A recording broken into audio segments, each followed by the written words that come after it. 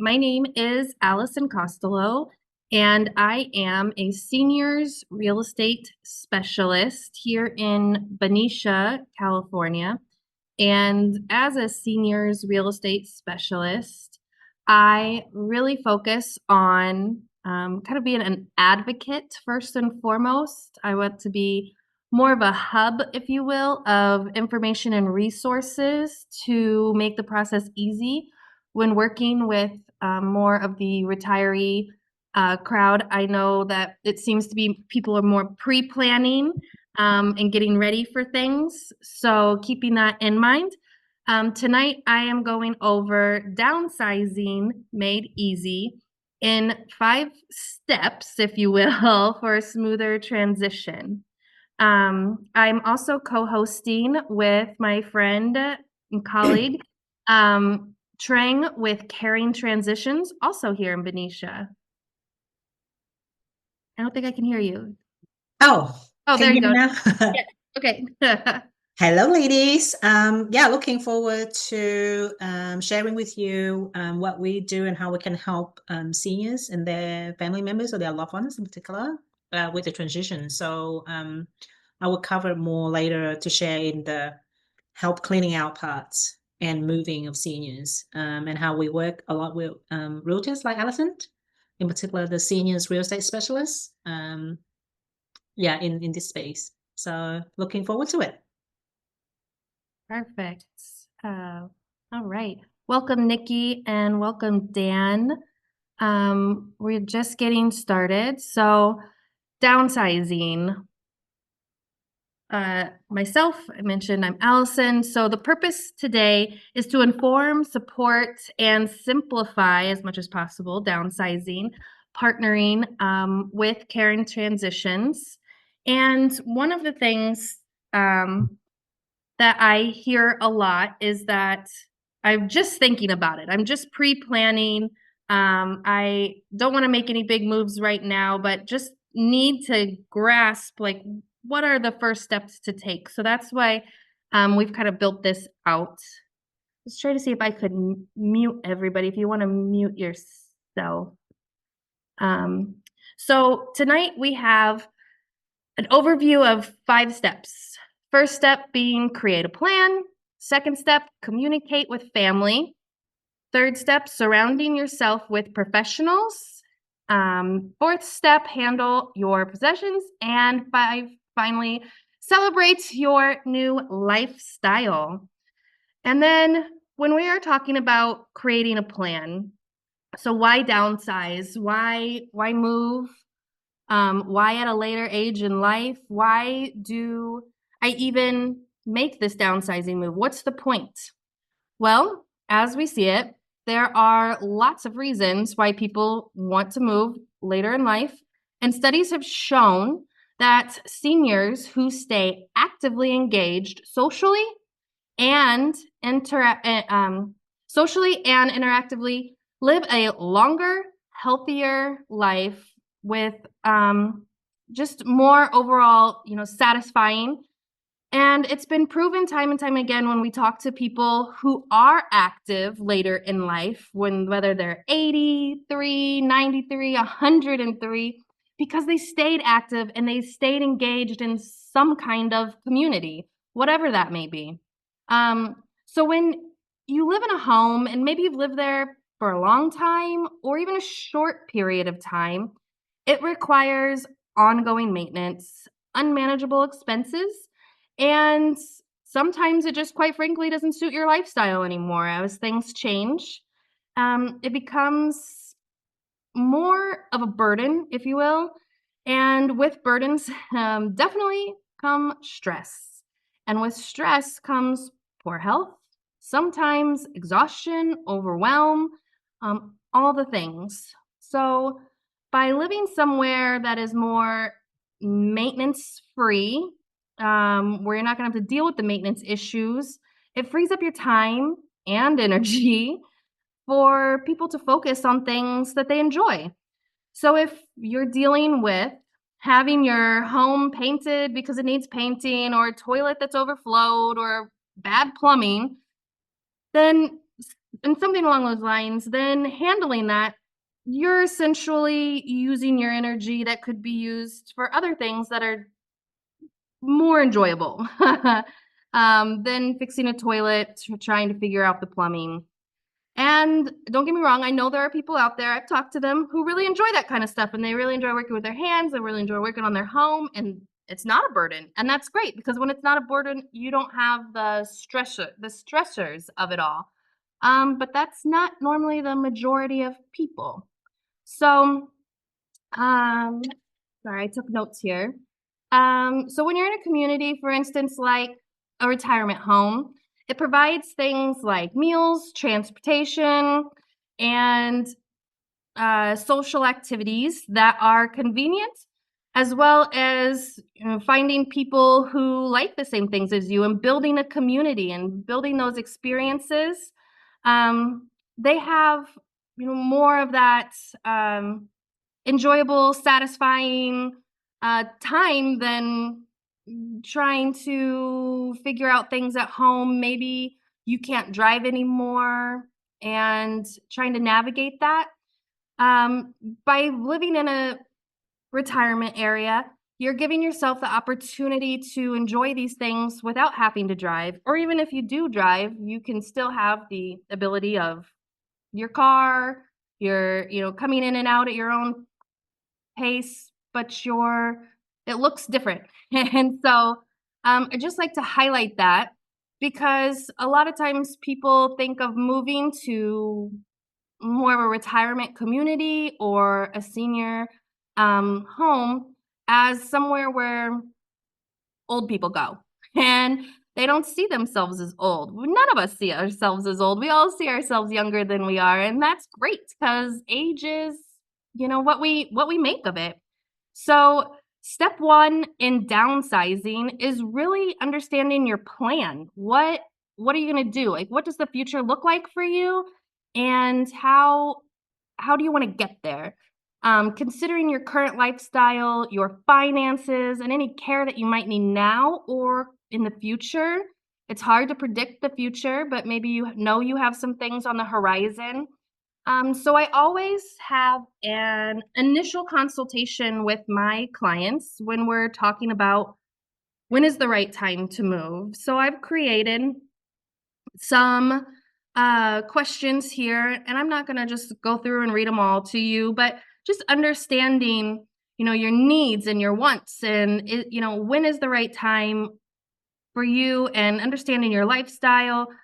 Where do you stand financially? What does that look like? Maybe we need to talk to a financial planner together so that we can understand if your home sold for XYZ, how much does that give you to move in somewhere. We'll talk about that a little bit later, but there's a lot of upfront costs, or even if you're just downsizing, and understanding from when you are selling your home, depending on how much equity is in it, to when you go to buy either a smaller home, maybe a townhome or a condo, are also all ways to kind of mitigate maintenance and some of that other stuff that maybe you just don't want to deal with in your home that you have now.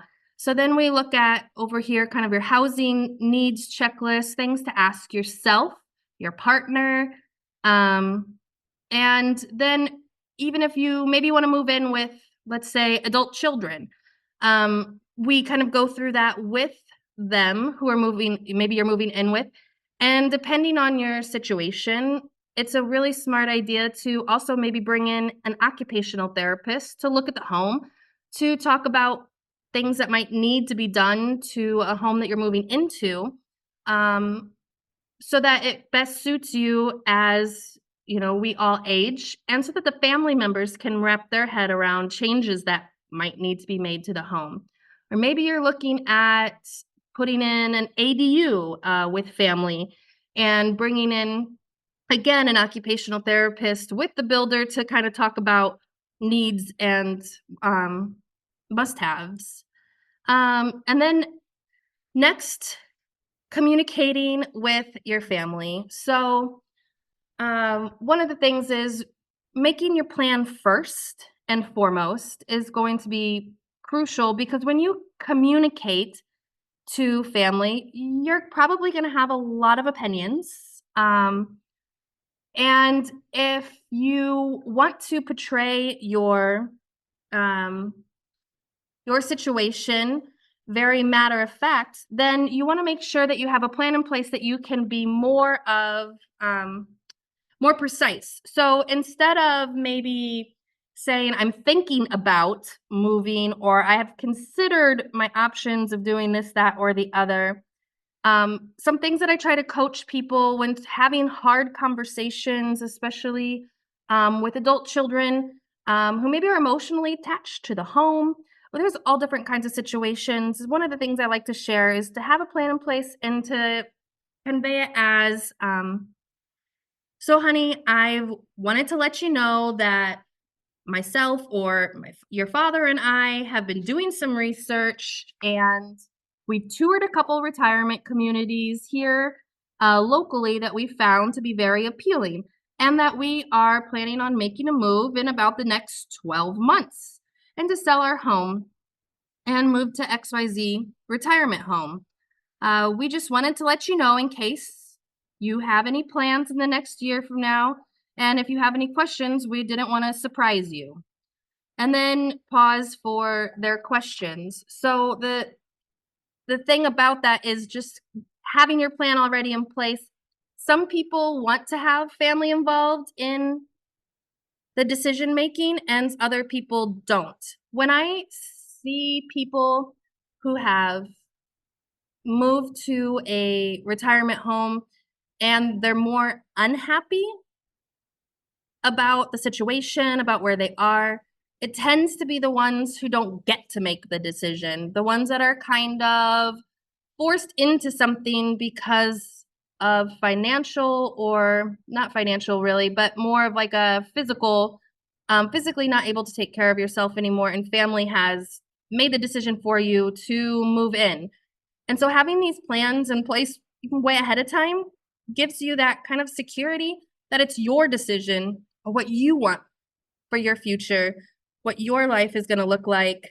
And having those conversations earlier on gives you more of that control back than having it taken away forcefully, kind of, when it comes to that point. I've gone through situations where I've worked with pre-planners such as yourselves who are here tonight who just want information, they want a consultation, they want to talk about options versus somebody who has fallen, can no longer take care of themselves, and now is in a situation where they're in panic mode and they're making decisions very quickly that affect the rest of their lives. So being pre-planning and being in control is a huge aspect of this and communicating with family. I also work with some family advocates. So I have a lot of great resources and they are mediators who will work with family and making those decisions together and mediating and things like that. So we have lots of resources around that because that can be stressful. And then surrounding yourselves with professionals. So, like I said, I have a lot of resources from estate planners, senior living advisors, move managers, which I brought in today, Trang, who is here in Benicia, and getting to know these people and their services. It's really profound when you have a whole team of people who know your situation, who know you, and one person can kind of be at the hub. And that's what I try to do for people is kind of be the hub of it. I don't give you a list to go talk to this person to go do this. We'll do it together. I can give you the information. I can be involved in as much as you need me to be involved in. But to kind of be the hub for you and kind of a manager of the whole situation to make sure that you're getting, quality professionals who really understand working with this phase. So, Trang, I'll let you talk a little bit about what you do as a move manager and kind of going into that next step. Thank you, Allison. Can't resonate enough with everything that you just said, in particular working with senior clients. So I own a business called Caring Transitions, and it is a franchise. I cover the Benicia area, Vallejo, Solano, and the surrounding area as well. And when we come in, we get a lot of like, oh, I'm overwhelmed. I don't know what to do.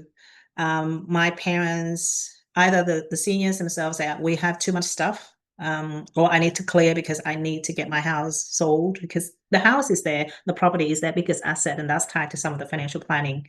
So some I couldn't emphasize enough for planning, on the planning aspect of things. And it's great to have somebody like Allison is, taking care of that, be in charge and help keeping that checklist, tick off and meet the timeline.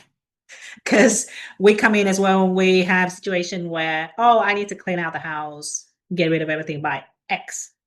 Because the house sold, for example, or all kind of situations. So we cover the part pretty much from the time the client have decided to say, hey, I want to move. So just give you into a downsize or just give them a new home, right? Whether this new home is a downsize, they go from a 2-story to a 1-story or 2-story, 1-story to CCRC, the independent living, assisted living community. So let's call that a new home. So we will be part of Allison plan. And when they start looking at, okay, I found a place, we have a tentative date to move. We come in and we help with space planning. And this space planning is important because many, of the seniors, they have lived in their home for, I don't know, 20 years, 30 years, 40 years. They have a lot of things with them, a lot of belongings. And they're going to move into, and they live in, I don't know, 2,000 square foot, 3,000, I've seen. And they have to move into maybe a 1,000 or 600 square foot home, new home. So they cannot bring everything with them. So the space planning and then start decluttering, we help them pretty much select out the thing that really matters to them. And this is the attachment part of the belonging come in. There's thing they can't bring everything, obviously. So this process, usually we help the client to pick out the things that are most valuable to them. And it's not always just monetary value. It's sentimental value. It's a thing that's keep them feel safe. I can't emphasize, I think, the fact of making them feel safe in the transition as well. Feel like they are at home right away when they first moved in. So, and then after that, we help with the packing. You see the workflow there, and then whatever left in the house after they move. So we help them move into their new home, and then we do an online auction and estate sales for the client to pretty much clear out their home. And anything we usually in this process is we help them separate into sellable donations or they go straight to landfill. I just about to finish a house where they have so many great things. And oh, what happened? Yeah, they have so many great things and then they just get stuck up in the basement or the garage. So we help clear out those out, then let the realtors know that's ready for pretty much listing or move to the next step of renovations. And after the moving in, we help the client, if they need help with, is to set it up. Right. So they don't have to do it themselves because many of the seniors sometimes have their children not living with them. They don't have the resources to help them out. So we make sure that the house or the new home look and feel comfortable and safe and familiar so they can start living from day one. So that's the service that we offer. And the whole intention purpose of this is that it's a stress reliever.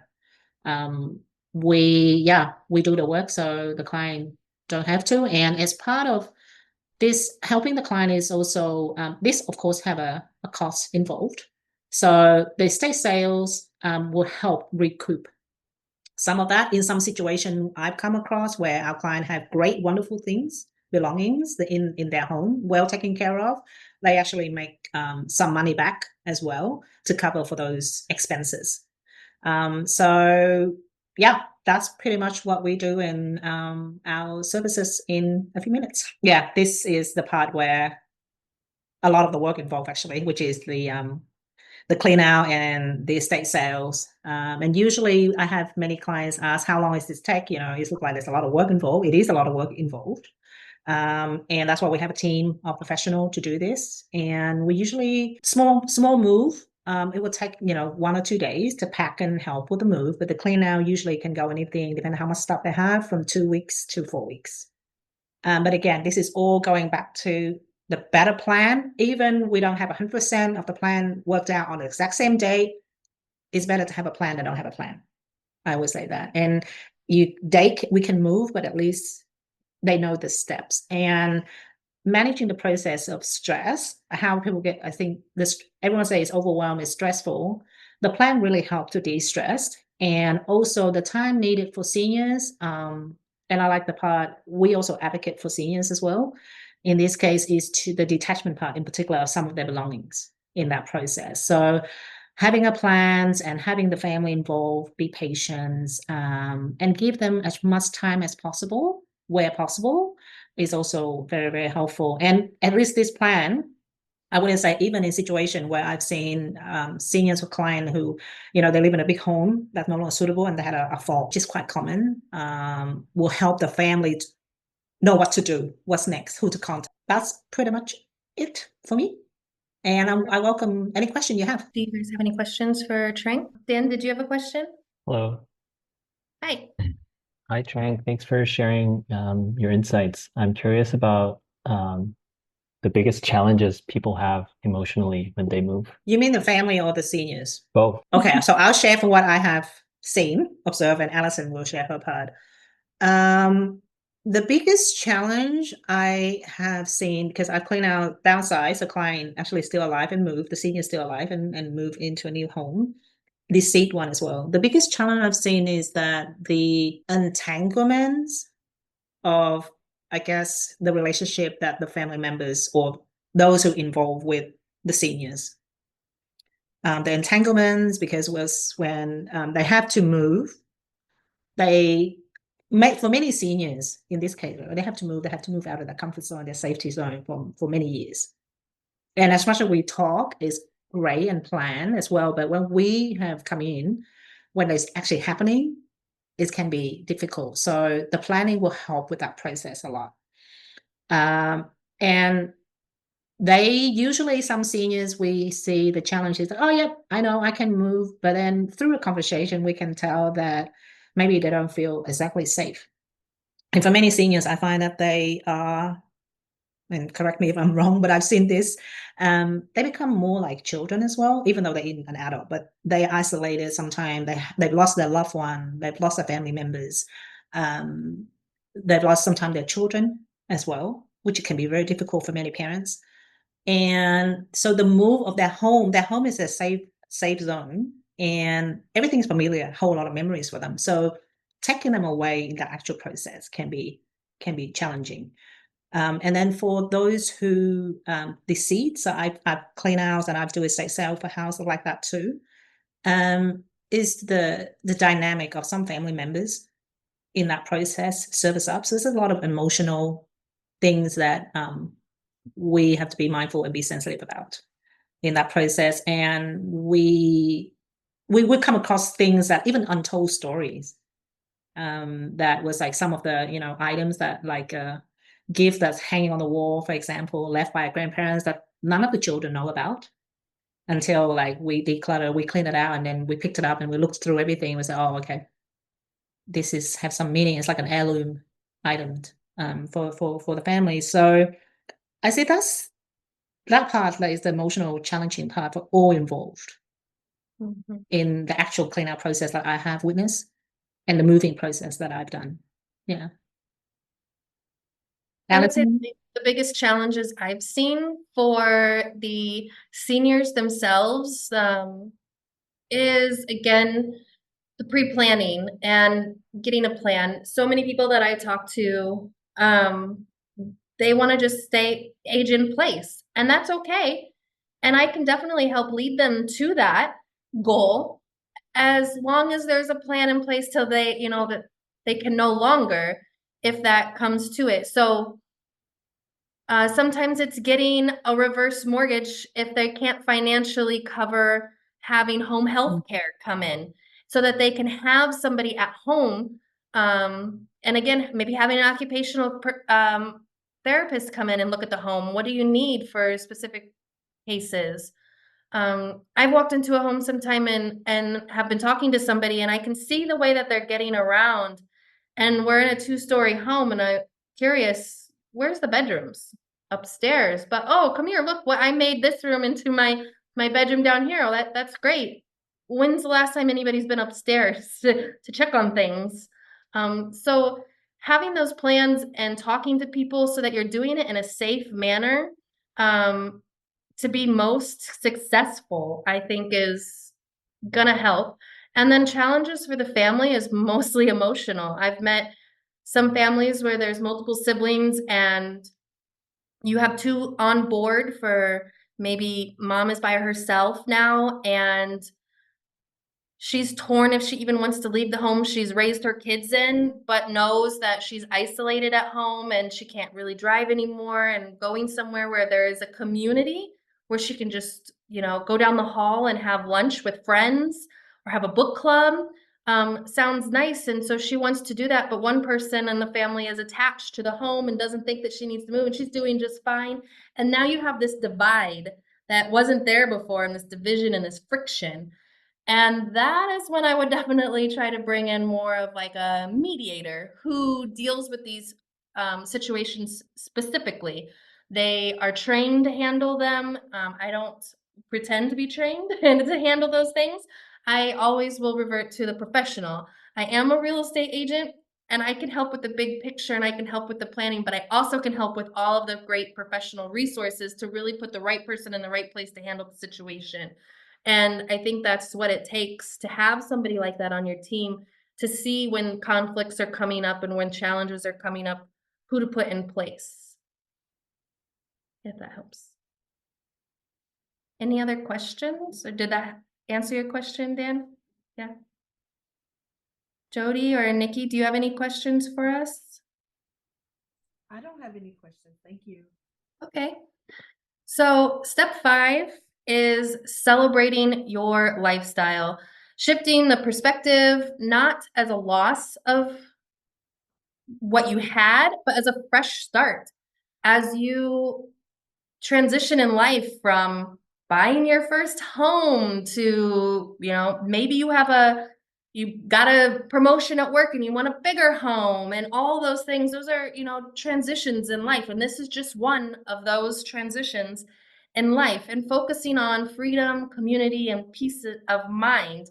When you go into that with that mindset and pre-planning, it really makes all the difference for you as the individual who has to go through this. Then saying I'm, never going to move and I'm going to go out of my house feet first. And it's like, okay, well, what does that mean for your lifestyle? What is that going to look like for you to live that out? If that's what you want, let's see how we get you there. But thinking about how you really truly want to live out those last, years as those come up. Sometimes we're just talking about downsizing from 2 stories to 1. And that's, a step in the right direction. And then you might have another step after that. Don't know. But just always having that pre-planning mindset, that positive mindset on how to continue to make your life healthy and fulfilling and less stress. All those things just help as we see people age longer, especially stress. Stress can do such crazy things to us. And so keeping that down by having a plan is key. A quote here is, "It's all about honoring your past while embracing your future." So if you want to have a consult with me and dive deeper into your situation, your needs, your wants, I'm happy to do that. Again, it's more of a pre-planning session. No strings attached or anything that you have to fulfill for me. I come from a servant heart and educator, and I just love to get the information out there because I feel like it's hard sometimes to find out this information, even as I am like trying to go out there and scrub all of Solano County and Contra Costa County for all the senior resources I can and just fill my back pocket with all of the right people, because I'm not just going to give you a name off of a website or a phone book. When I give you a name of somebody, it's somebody that I've talked to, somebody that I know, that when I turn you over to say, talk to Trang, that I have a relationship with her and I know that you're in good hands. So I'm happy to ever have a complimentary downsizing consultation with anybody, friends, loved ones. They're just looking for that information because I love it when people pre-plan. And I have lots of resources and materials to leave with you, checklists, and things like that. So I come from an educator heart, servant heart. I'm trying to do seminars every single month. Right now I've been doing them the last Wednesday of the month. So I'm going to do another one next Wednesday, in June, the last Wednesday is, I believe, the 25th at 6 p.m. again, on health and wellness in your retirement years.